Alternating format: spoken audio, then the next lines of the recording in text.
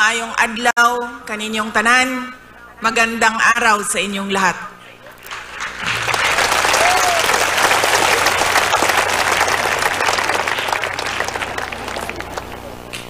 Unahin ko po muna ang aking mga pagpapasalamat. Una po, ang aking pagpapasalamat sa Kingdom of Jesus Christ sa inyong paanyaya sa akin na dumalo sa inyong 39th anniversary. Maraming salamat po sa inyong imbitasyon.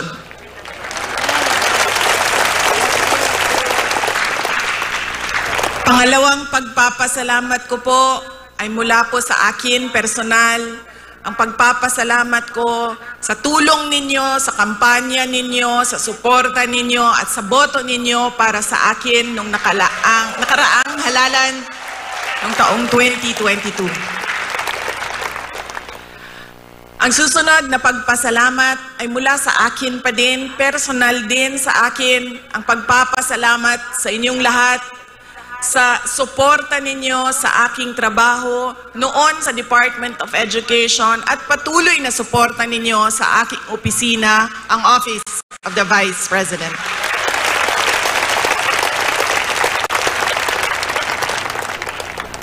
At ang huling pagpapasalamat ay mula po sa aming pamilya, ang pamilya Duterte. Napakalaki ng utang na loob namin sa inyong lahat, mga kababayan, sa pagkakataon na ibinibigay ninyo sa amin na makapaglingkod sa ating minamahal na Pilipinas. Maraming salamat po.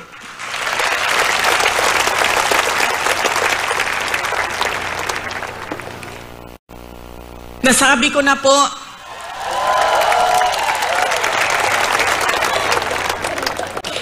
unahin ko po muna ang mga naririnig ko at narinig ko rin na nasabi ng miyembro ng Kingdom of Jesus Christ na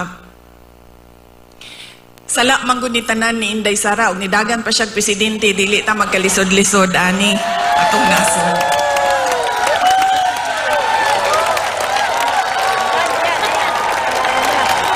In another forum, I will thoroughly explain myself kung bakit ganon ang nangyari at ganon ang desisyon ko. Pero sa ngayon, hinihingi ko lang ang patawad ninyo na nagkamali ako.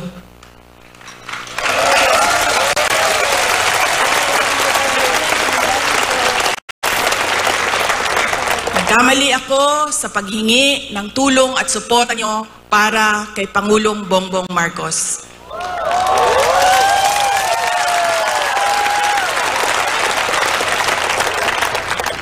I was on the mistaken belief that we were together on the platform of unity and continuity.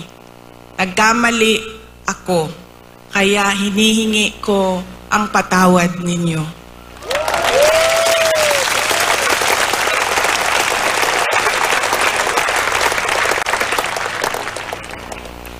You know, this has been going on for 9 days, ang assault sa inyong Kingdom Nation.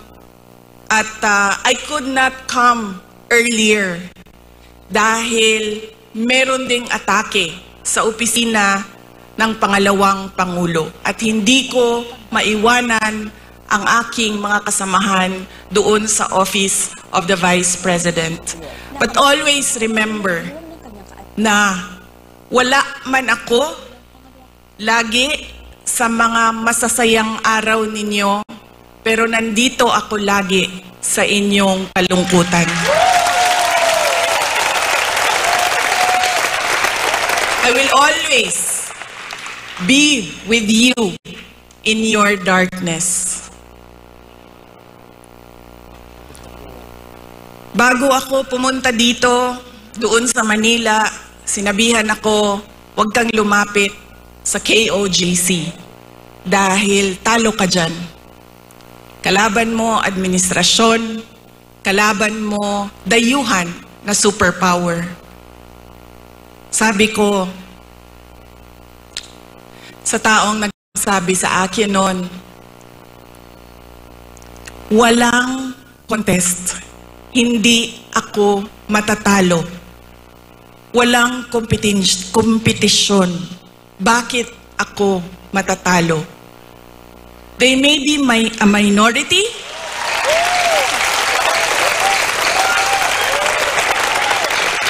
They may only be 8 million around the world. Sabihin na natin na 6 million lang doon ang Pilipino, pero Pilipino pa rin sila.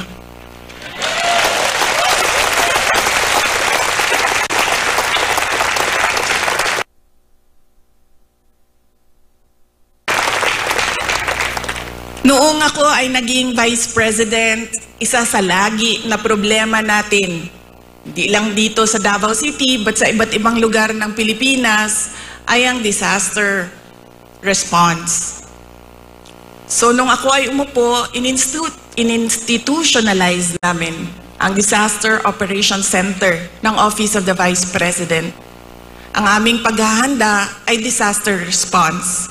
Pinaghandaan namin ang baha, pinaghandaan namin ang delubyo, typhoon, pinaghandaan namin ang earthquake, lahat ng maisip mo na kalamidad, pinaghandaan namin. Pero nasabi ko doon sa mga kasamahan ko sa Office of the Vice President, we have not prepared for a crisis such as the kingdom of Jesus Christ.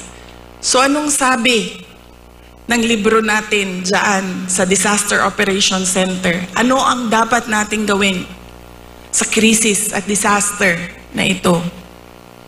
Lahat sila walang masagot. Kahit ako matagal, ako nag-isip kung ano ba ang response namin. Because this is a crisis. It is a disaster. And ano dapat ang tugon ng Office of the Vice President? At isa lang ang naisip ko. Sabi ko, as Vice President and as a Dabawenyo, I will be there to comfort them.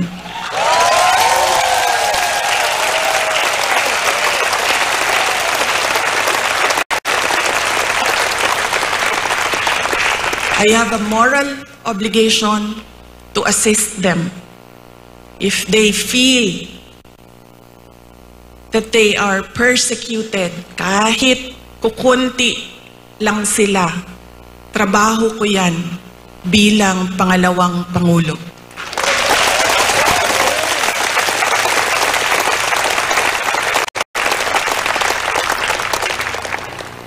Doon din sa amin, sa Office of the Vice President, sabi nung isang kasamahan namin, doon sa USEC namin, sabi niya, USEC, ano bang araw? Kung gusto natin bumili ng leche flan, meron pang leche flan. At ayaw natin ng leche flan, gusto natin ng ice cream, nakakabili tayo ng ice cream. Sabi ko, ito, personal ko na experience. Kaibigan ko, 47 years old. Sumakit lang ang likod. Anong sabi ng doktor? It's cancer of the bones, cancer of the lungs, cancer of the pancreas, cancer of the brain, all together in one person. At anong sabi ng doktor? 6 months na lang. Yun ang kawawa. Sabi ko, ang dami sa ating mga kababayan na nakakaramdam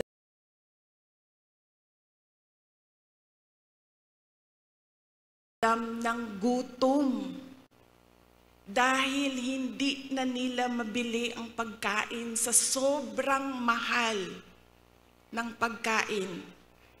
2 beses na lang kumakain sa isang araw. Yun ang kawawa. Sila ang dapat tulungan. Dumadami ang naghihirap sa ating bansa. Dumadami ang nahihirapan makahanap ng regular na trabaho. Sila ang totoong kawawa at kailangan ng tulong natin.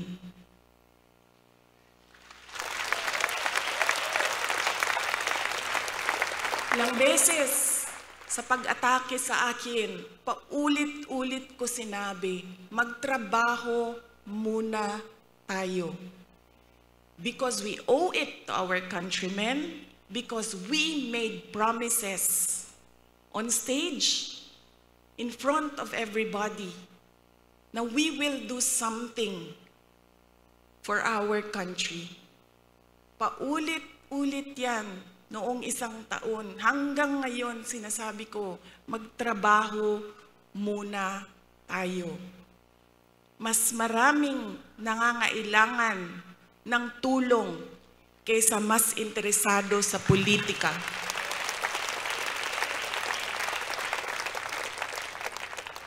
Pero this night is not about me and my problems. Hindi ako kawawa. Mas kawawa ang mga kaibigan natin na natutulog sa tabing daan, gutom. Minsan, sa kawawa ang mga kaibigan natin na natutulog sa politika.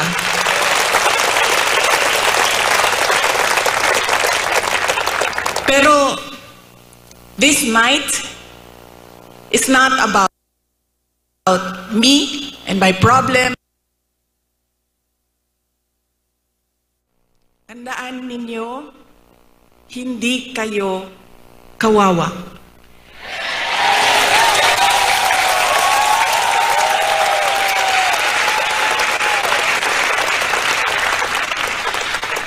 Tungod kay ang langit nung amahan naa pirmi kaninyo.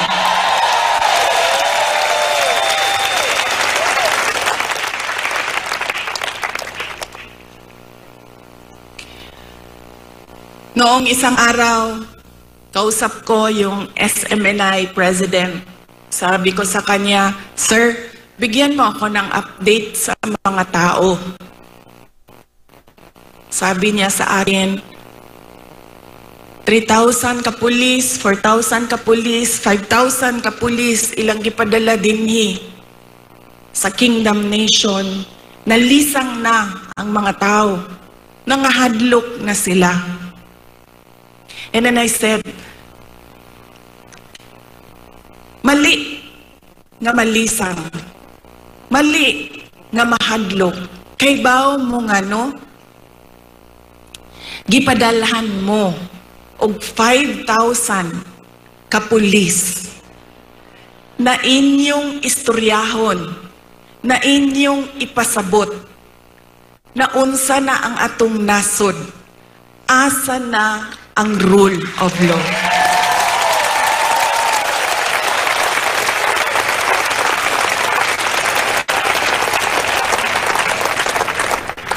Gipadala sila dinhi para hadlokon mo, gipadala mo sa Ginoo para pasabton sila.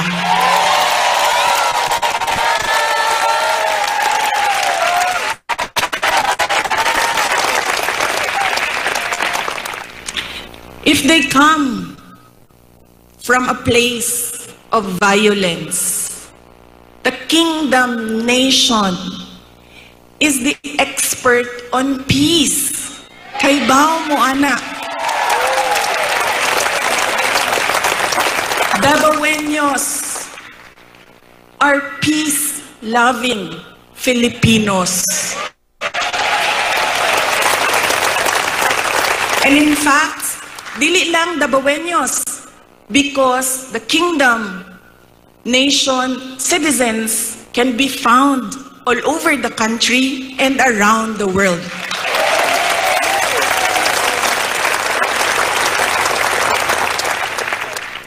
Kung ang gidala nila, if they bring you violence, give them peace. Show them peace.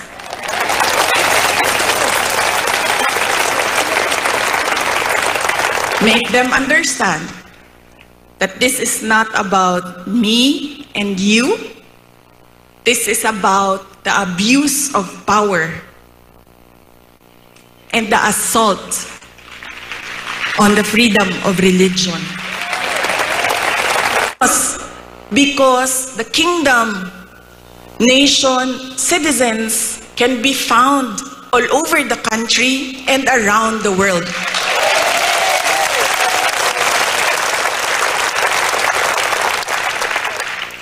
Kung ang gidalanin nila, if they bring you violence, give them peace. Show them peace.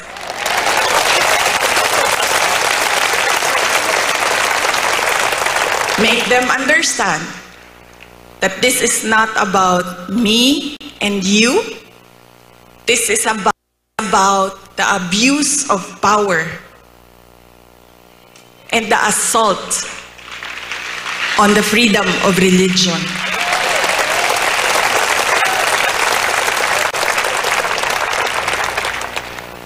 Violence, you have peace. Bullets and tear gas, what do you have? You have the words of the Almighty God.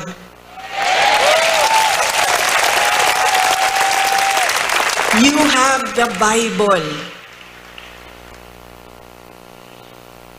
Padalhan mo nila og bala, tirahon mo og tear gas.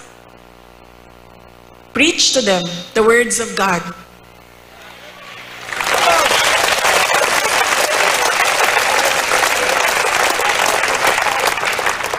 Pangtulo, if they come from the evils of Satan, what do you have?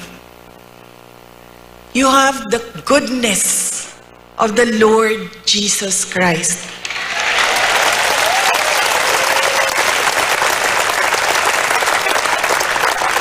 And always remember, kahit saan ka man pumunta, lahat nagsasabi, good triumphs over evil.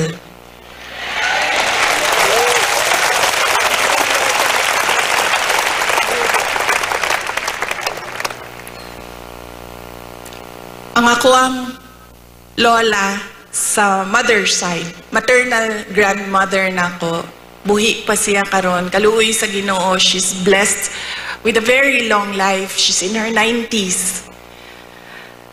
Lumad sila dinhi sa Davao del Sur of Davao City, sa Padada Davao del Sur of diri sa Davao City. Ang iyahang trabaho is magmaligya o kaniadtong panahon, mga 1960s, 1970s, mamaligya og mga PX goods. Anang mga murag ukay-ukay kung ginatawag nato karon. Onya, mamaligya og mga lain-laing klaseng dry goods. Nakaadto siya og baklaran, na maligya siya og mga sandals, mga mo ang ginabaligya kaniadto. Saya ako nakakaton og kanang dili magulat nga naay customer, kundi tawagon nimo dapat ang customer, pasudlon nimo sa imong tindahan. Doon na siya'y pulong sa ako tong batanon pa ko. Kay bawo mo, diri manggod sa ato sa Pilipinas, when you are outspoken, when you are opinionated, when you are headstrong, ang tawag sa imuha maldita. I feel that it is wrong, pero somehow, siguro sa ato ang mga Pilipino, na kung mutubag ka sa mga elders, tawagong kag maldita. So, itong batanon pa ko, ang ako ang lula, mag-istorya, mga saba tingali, unya, mutubag ko, mingon dayon na ang ako ang lula, maghinay-hinay ka, Inday. Kay ang gaba sa motong kaganina, I know, dili gyud ko makasulti, when our preacher said, love your enemy, nag-ana lang yun ko.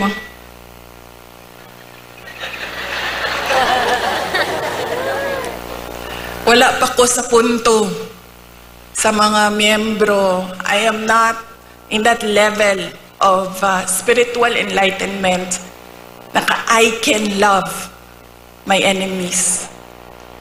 Wala pa ko sa inyong level. O to kaganina nag-ana ko. Para di ko makasala.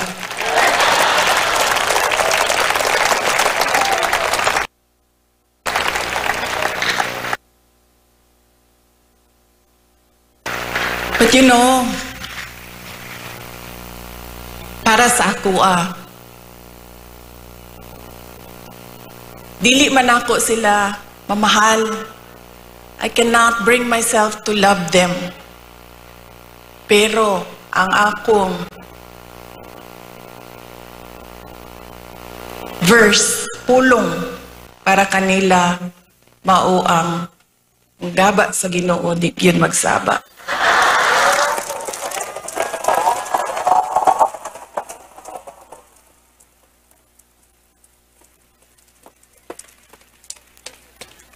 Mauna siya ang prinsipyo sa ako ang lula po rin.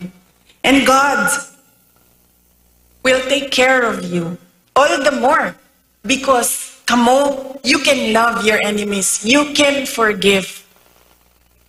So you will gain victory.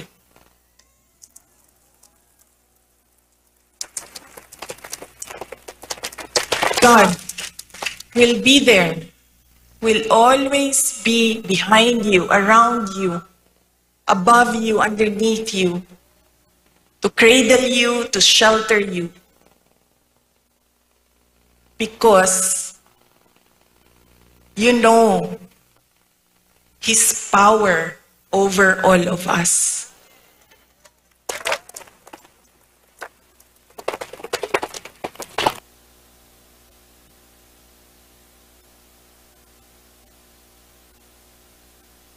Wall. And then nakabutang dito 39th anniversary. Nakauna-una ko nga sa pagtuo sa mga inchik, malas magud ang 9.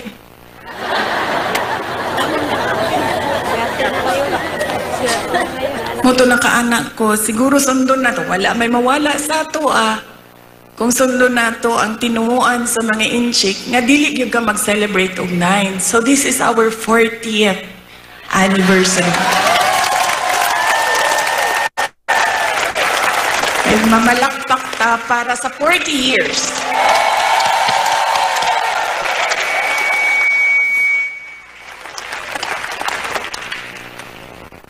You have come a long way from 1 to almost or approximately 8 million around the world.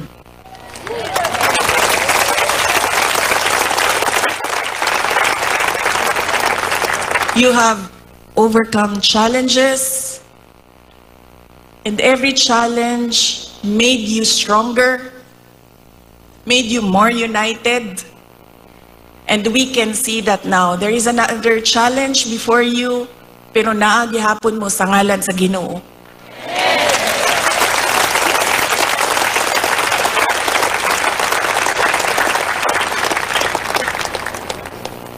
Ug sa tanaw nako, sa kadaghan, sa kalisod, ug sa kadaghan sa pandaot, ug sa kadaghan sa dili pagtuo sa inyo ug sa kadaghan sa kanang kansyaw ba sa inyong pagtuo. I think you will reach 100 years or more.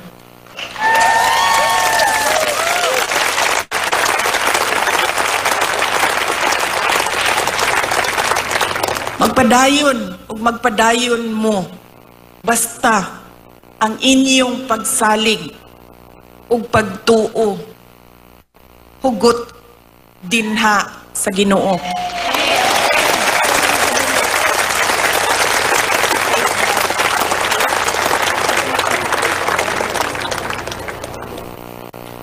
During COVID, it was a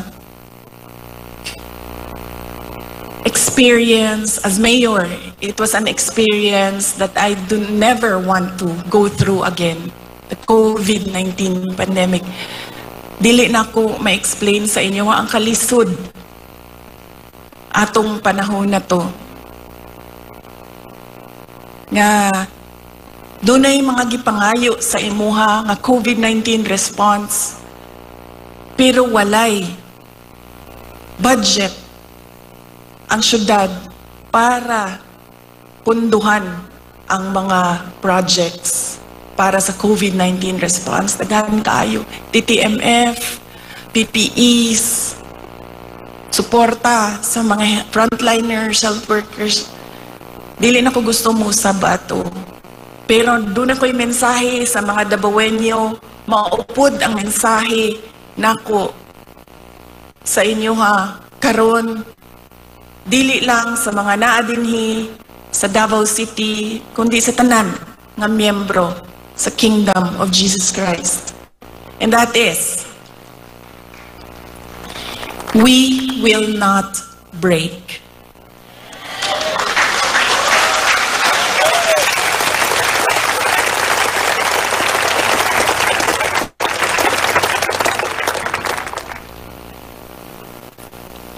On my way here, kaganina, nag-ingong kong, I will leave you with a verse. And nangita ko og verse, butang na ako dito, of being afraid.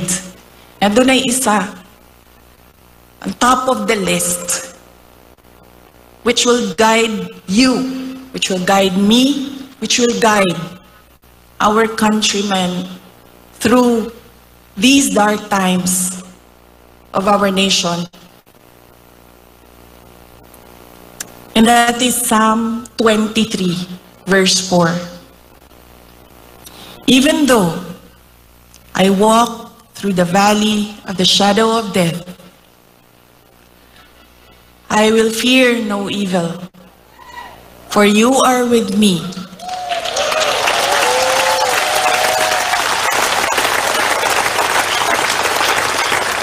Your rod and your staff, they comfort me.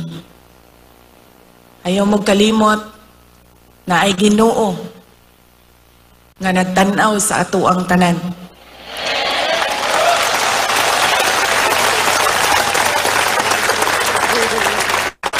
Og ang iyahang gaba, dili magsaba.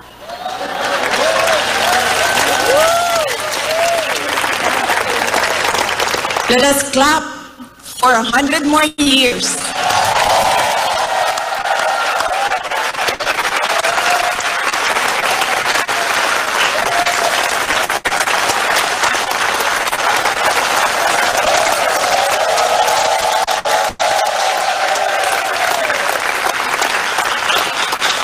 Ulitin ko ang aking kasiyahan na makasama ko kayo sa inyong 40th anniversary